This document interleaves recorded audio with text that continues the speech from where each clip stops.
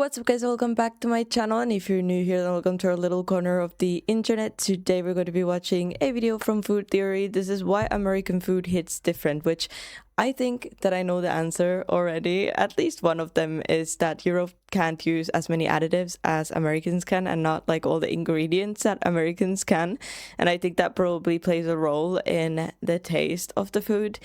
But now that I've seen more content about American food, I'm starting to think that like going to America and eating there is going to be a whole different experience than what I'm even expecting. So I don't know. I'm excited to see this video. Let's see what it's about. Why does American food just hit different? Thousands of international tourists are coming for the World Cup but staying for the food. But what is it about the food that makes it so gosh darn irresistible?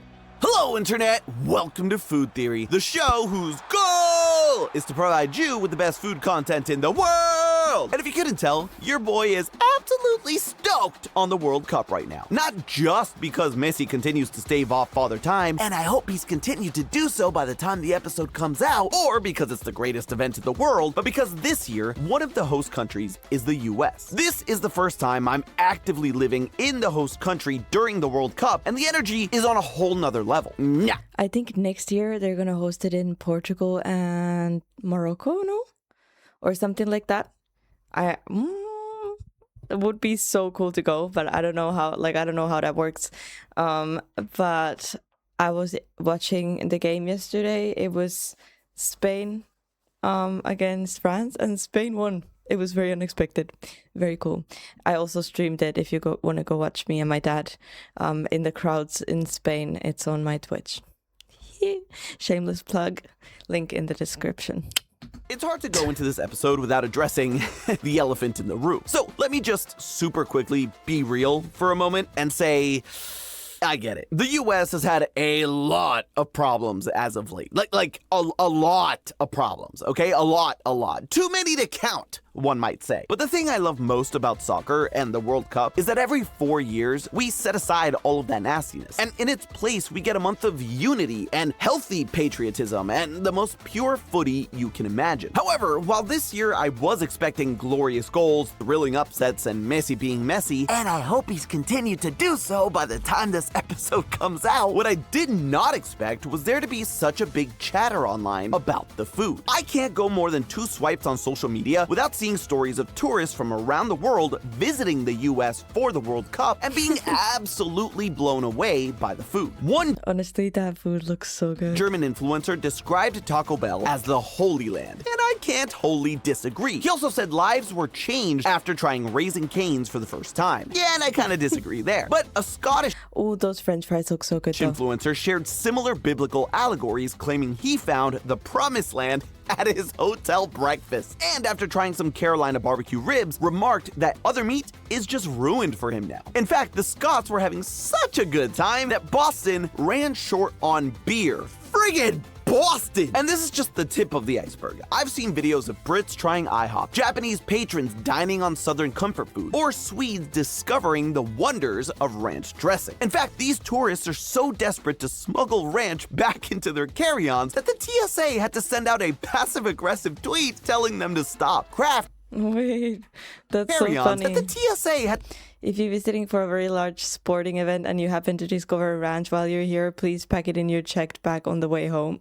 to send out a passive-aggressive tweet telling them to stop. Kraft even made these TSA-safe packets and no notes. And don't get me wrong, I know that America has some pretty dope-ass food. I mean, I'm here, aren't I? I will bring, probably my bag will be filled with American merch, hot sauce, ranch, probably some seasoning, and yeah, that's about it, I think. But I guess I always took for granted just how good American food can be. Like, we all know the memes. American food is too sweet, too fatty, too red 40. But clearly there's some special sauce, yeah, and I'm not just talking about ranch, that makes American food just hit different. So today we're going from sea to shining sea, over the amber waves of grain, to figure out what it is about American food that's giving all these World Cup tourists such an out-of-body experience. Of course, the first place that anyone would look when discussing what makes American food special special would be one of the things that makes America special, our big, beautiful melting pot. You can go to pretty much any city in the US and you'll find Chinese food, Italian food, Mexican, Thai, Yemeni, Ethiopian. If a food culture exists, you'll find it somewhere in the States, and probably somewhere close to you. And you know what else is close to you? A doctor. One that you're probably not going to because you didn't use our sponsor for today's video, ZocDoc. We've been working with ZocDoc for damn near a year, and it's because I truly believe in them as a partner. I've shared how much my body has broken down through food theorists to find a top-rated doctor today. Thank you so much to ZocDoc for continuing to partner with us.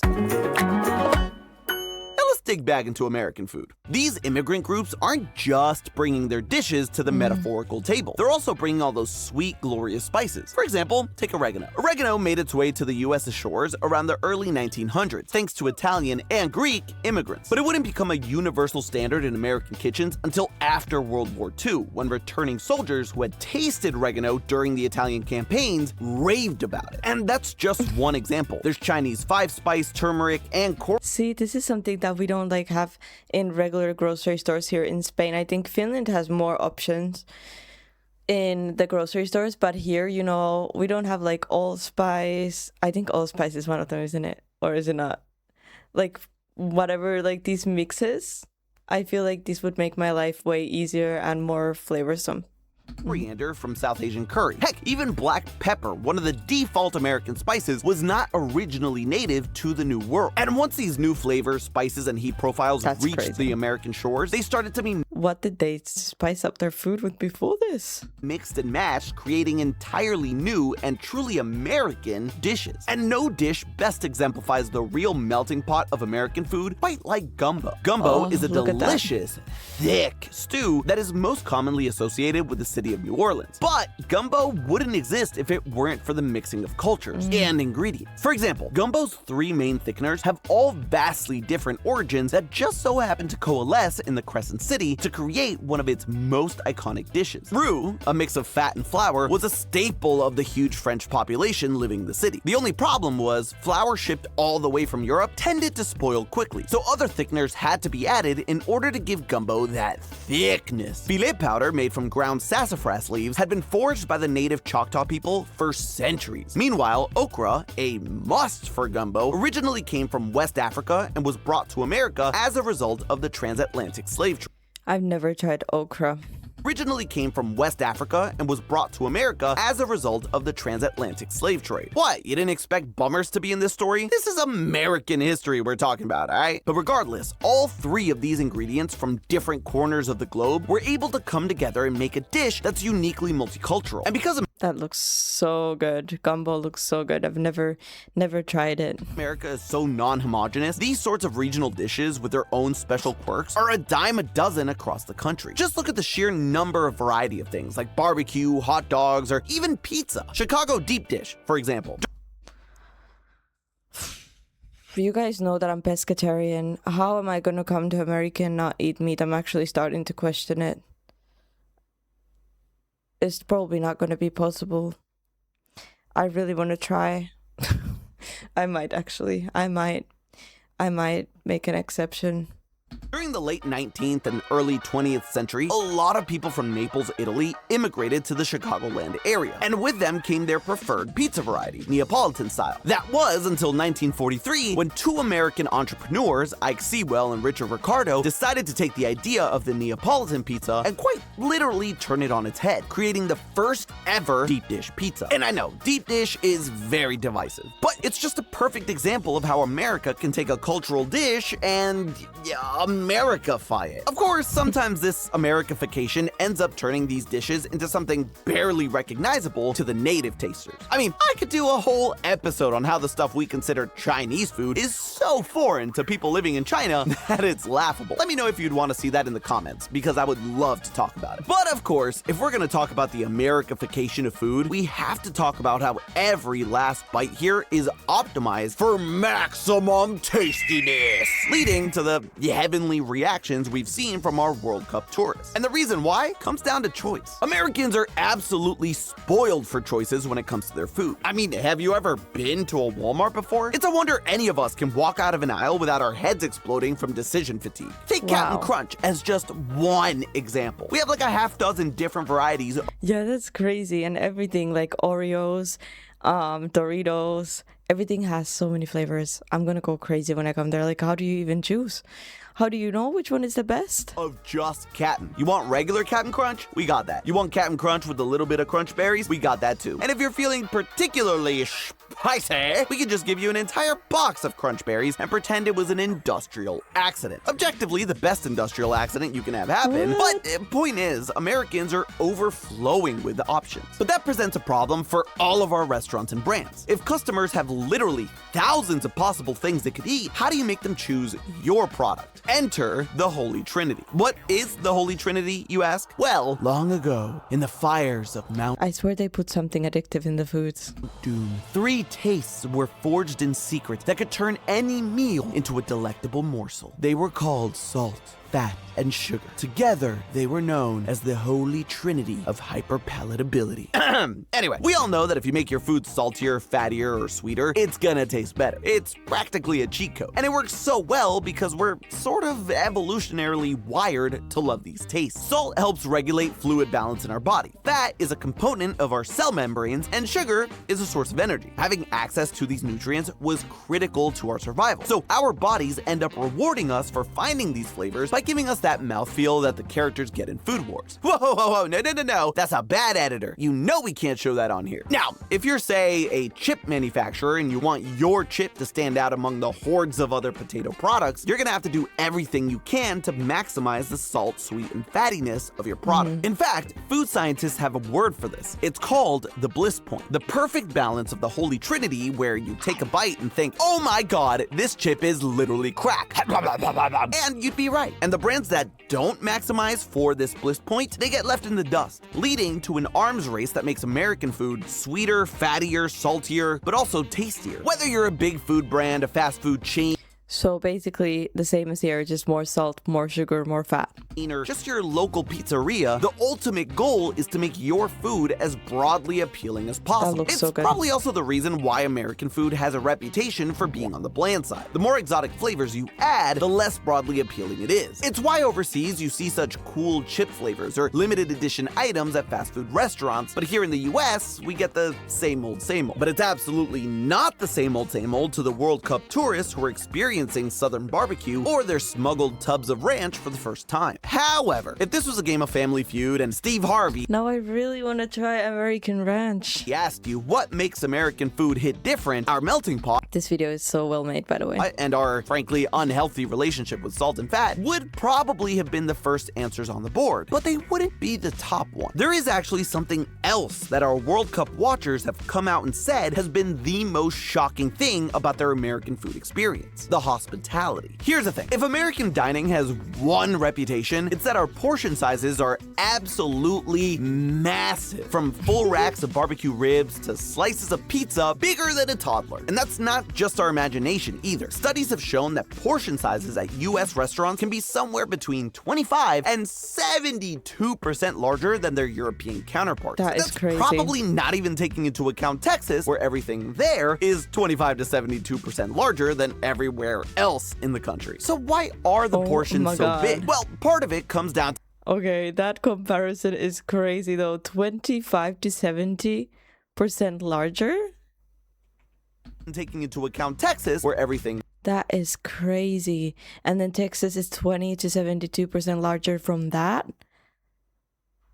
That is just insane. That like feeds a whole family. there is 25 to 72% larger than everywhere else in the country. So why Wild. are the portions so big? Well, part of it comes down to getting the most bang for our buck. Americans value, value. And so restaurants erring on the side of caution would prefer to give you more food than they think you can eat. In turn, Here, when you pay more, it's less food because it's better quality. Does that make sense? Like, if somewhere is expensive, you already know that the portion sizes are going to be tiny.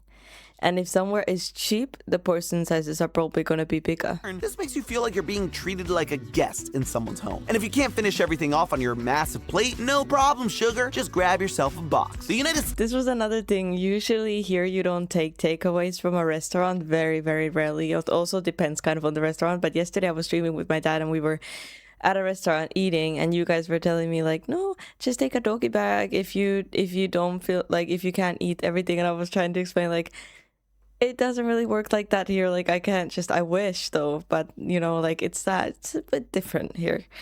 States has a very well-established leftover culture. While getting your din-din to go isn't unheard of in other parts of the world, it's practically second nature in the US. Around 91% of American restaurant goers admit that they take home restaurant leftovers on occasion, with nearly a third doing so regularly. So that's really good though, because then you'll get, you know, you get your food and you get food for tomorrow. That's amazing. Larger portions aren't an inconvenience, they're a bonus. And speaking of bonus, you know what else you get when you visit a US restaurant? Free refills, baby! At least for now. That's been going away more and more lately, and that's just anti-American. But again, Really? similar to take-home containers, while free refills aren't a unique American experience, Americans have come to expect free refills, especially fountain drinks, as a given. And mathematically speaking, they're not wrong to demand it. On average, a single 32-ounce fountain drink you might get alongside your meal at a restaurant might cost you around $2.50. But for the restaurant, oh boy, they're robbing you blind. Blind, I say! The cost for the syrup used to make that Coca-Cola only... Okay, but if you go to like a McDonald's and you get yourself a cup of Coca-Cola and you leave the McDonald's to do something, can you come back and refill your cup like later? cost the restaurant about 15 cents. Those soda fountains might as well be ATMs for the restaurant. So yeah, if I want a second or 12th helping, I'ma get it. Again, it gives customers a sense of value. And you know what else I'm gonna get with my meal? Some mother heckin' free bread. On more occasions than I care to admit, I've gone to Texas Roadhouse just because I got a hankering for some of those dinner rolls. I don't even like the cinnamon butter that much. Sue me. But regardless, it's always free of charge. And that bread doesn't just limit hangry customers, there's also some evidence that it actually increases appetite and leads to bigger tips. So more bread means more bread. But in all honesty, I've never really given the free bread at restaurants much of a thought, which is why there's some restaurants here that give bread at the start. If they give them with butter, goals. But usually just normal bread with some oil and salt. And I feel like I always stuff myself with bread and then I'm not hungry anymore when the food comes. When I saw that one of the Japanese soccer fans posted on Twitter about his experience with free chips and salsa, I'll admit, it kind of brought a tear to my eye. Chips, salsa, unrequested, free. I stopped the waiter. We have not earned these. They just come with the table, man. I ate with the gravity the moment deserved. They have wells of salsa. The supply lines of this nation are beyond anything my ancestors imagined. The whole tweet goes That is so cute. incredibly hard. Bro, I want chips, salsa, unrequested, free, tattooed on my friggin' stomach, Tupac style. But he's not wrong. The bottomless wells of salsa, the free Coke refills, they really are a gift. Something you get not for being a good customer, but for just being a customer. And that's something I really wouldn't have thought about if it weren't for these incredible fans trekking all the way here for the World Cup. That's why sports and food are just so freaking cool. They really are the two things that not only can bring us together, both around tables and TVs, but allow us to get a glimpse into each other's culture. Not only did this Japanese man learn about American hospitality, but I would love chips and salsa though. I would prefer that over bread.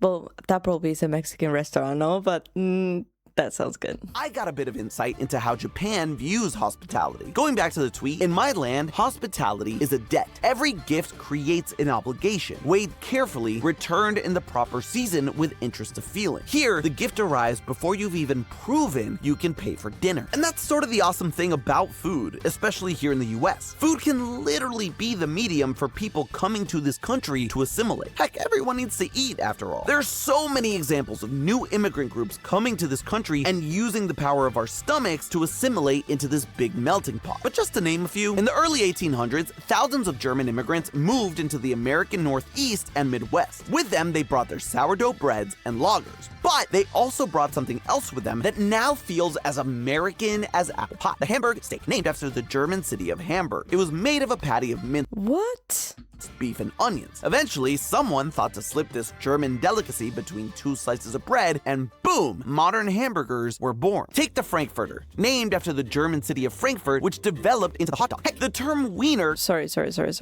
I'm holding my hand named on after the German space. city of Frankfurt, which developed into the hot dog. Heck, the term wiener comes from the Vienna sausages, named after the Austrian capital. The Germany has changed our lives. two foods that we think of as classically American have their origins from elsewhere, but they were brought here, adapted, and ended up helping to define what American even is, much like the immigrants who brought the food with them. Later on, many Eastern European immigrants, particularly Ashkenazi Jews, opened hundreds of delicatessens all across cities like New York. As a result, the bagel, the corned beef on rye, the lox have become so ingrained in New York culture, it's almost impossible to separate the two. Chinese immigrants who started to settle in the Bay Area thanks to the California Gold Rush and the construction of the transcontinental railroads were able to establish themselves in these communities through the lens of food. And we don't even need to go back in history to find more examples. Today, in Aurora, Colorado, there's a place known as Mango House. It's got some healthcare clinics, several places of worship, but it's also home to a food hall that's pretty special. It's refugee-run. People escaping some of the most unimaginable horrors in Syria, Nepal, Somalia, Myanmar, Lebanon, Ukraine are all giving back to the country that welcomed them in by serving the US a little bit of their country. To the people of Aurora, these refugees aren't the characterizations that are often demonized on TV. Somalia isn't just some scary place far away. It's the place with that dope baris iskakaris. So that's why American food hits different. It's not because the food is unique to the US, but because it's not. It's an amalgamation of the cultures that have helped They didn't even mention the additives. define what American even is, and amplified by the values of, well, abundance, but also generosity that are supposed to be fundamental to this country. Not to get too mushy, because again, far from perfect, but American food is special because the United States, at least at a fundamental level, in an ideal sense, in the philosophical what it should have been, in theory, is a special place. The place where the son of Argentinian parents that grew up in Hong Kong and didn't even come to live here full time until he was 16 can talk about his love of food to millions of people all across the globe. Yes, the portions are too big. The food is Look at that less than sauce. healthy. And the country's a whole other issue. But just like the members of a soccer team, we are all working towards the same goal. Good eats, good sports, and good people. And that is not just a theory. That's a food fact. Buen provecho. And if you're interested in talking about more of the weird quirks of American food culture, click the card on screen to watch me absolutely shred our tipping culture. And as always, I'll see you next week. Why? That was such a good video. I enjoyed that, and everything looks so good. Now I'm hungry. Oh, everything looks so good and saucy and buttery, and I cannot wait. I cannot wait. I wish I could like have a teletransporter machine to go there. But yeah, I guess that was it. I thought that he would mention the like additives and stuff, because that must bring something to the food, you know. But guys, thank you so much for joining me for this video. I really hope you enjoyed it. Let me know what your favorite fast food is. Mine would be... Ooh, I don't know. I like everything. But I think burgers is a classic. Mine is Burger King vegan burgers, because this is the only place where you can get vegan burgers here. And yeah, please leave a like, subscribe if you haven't yet. And I'll see you guys in the next video.